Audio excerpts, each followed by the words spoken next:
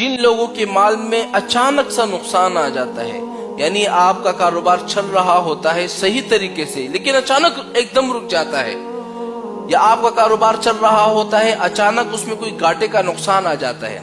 آپ کا کاروبار چل رہا ہوتا ہے اچانک کوئی ایسی مصیبت آ جاتی ہے، پیسے آپ کے ضیاع ہو جاتے ہیں، آپ کا کاروبار صحیح چل رہا ہوتا ہے طریقے سے لیکن پھر اچانک کسی کی نظر لگ جاتی ہے۔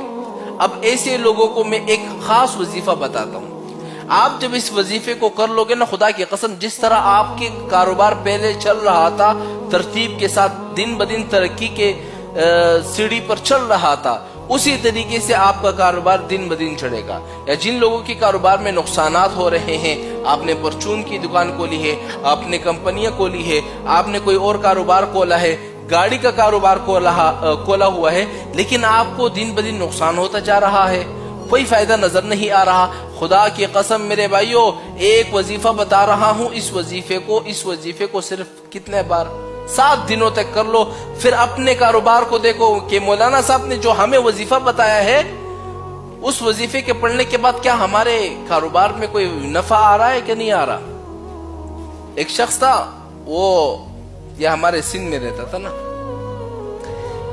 اس کا شو روم وغیرہ کا کام تھا، تو مجھے کال آتی ہے کہ مولانا صاحب ہمارے اس طرح کاروبار ہے لیکن پہلے اچھے خاصا چل رہا تھا، اب چل ہی نہیں پا رہے، کیا وجہ؟ کسی کی نظر لگ گئی ہے۔ ہم نے یہ وظیفہ بتایا فی سبیل اللہ، اللہ کے نام، میں نے کہا آپ یہ شروع کر دو، انشاءاللہ پھر آپ دیکھتے جائیں۔ میرے خیال سے 10 دنوں کے بعد مجھے کال آتی کہ مولانا صاحب جب سے میں یہ وظیفہ کر رہا ہوں کاروبار دن بدن ترقی کرتا جا رہا ہے۔ میں نے کہا بس یہ تو اللہ تعالیٰ کا کام ہے، اللہ تعالیٰ نے یہ وظیفے بتائے ہیں اور اللہ تعالیٰ کی وجہ سے سب کام ہو رہا ہے۔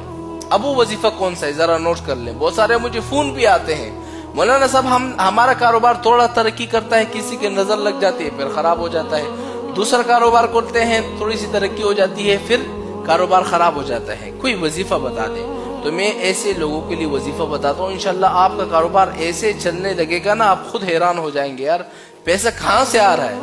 تو میرا کاروبار کیسے چل رہا ہے، یعنی اللہ کے آسرے پر چلے گا۔ اچھا وہ وظیفہ کون سا ہے؟ آپ نے روزانہ فجر اور عشاء کی نماز کے بعد بالکل مطمئن ہو کر سکون سے بیٹھ جانا ہے، دنیا کے خیالات کو اپنے ذہنوں سے نکال دینا ہے، سکون سے بیٹھ کر آپ نے صرف 100 مرتبہ حسبنا اللہ و نعم الوکیل، حسبنا اللہ و نعم الوکیل، اس وظیفے کو 100 مرتبہ پڑھنا ہے۔ کتنے مرتبہ؟ 100 مرتبہ آپ پڑھیں بالکل سکون کے ساتھ۔ اس کے بعد اپنے کاروبار کے لیے دعا کریں کہ اللہ میرا یہ کاروبار